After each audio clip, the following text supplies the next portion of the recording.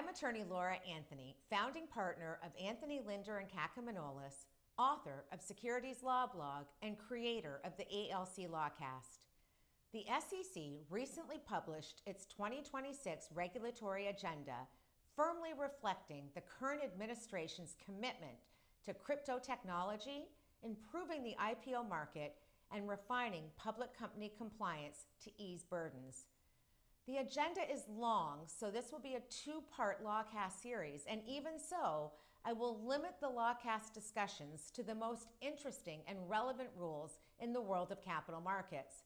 For a complete list and discussion of all items on the agenda, see my blog on the subject at securitieslawblog.com. There are 36 items in the proposed rule stage, many of which are of great interest to us practitioners and our clients. Included on the proposed list is the much anticipated proposed semi-annual reporting, which I have already spoken about in a prior Lawcast.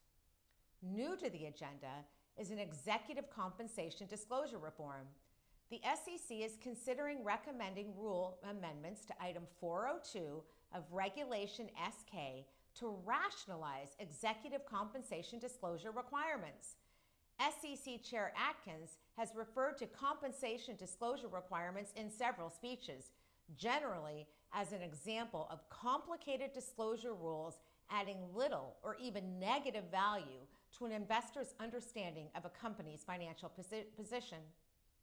Catching up with technology, the SEC has proposed Regulation E-Delivery to make electronic delivery of information and documents the default delivery method for satisfying delivery requirements under the federal securities laws, including the proxy rules, instead of the costly and antiquated printing and physical mailing.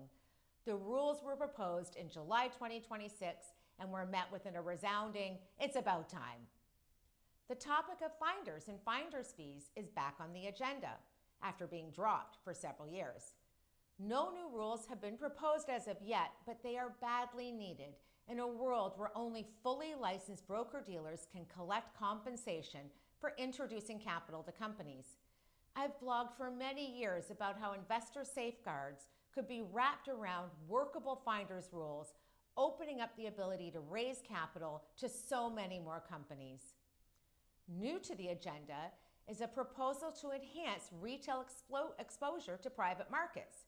The SEC is considering amendments to existing rules and or to propose new rules under the Investment Advisors and Investment Company Acts to better facilitate retail investor exposure to private markets through registered investment companies and to allow investment advisors to charge performance fees to an expanded set of clients.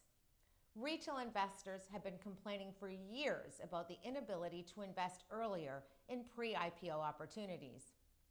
New on the agenda are formal rules to rescind the climate-related disclosure rules. The rules are already dead in the water, but the SEC is proposing to formalize that withdrawal.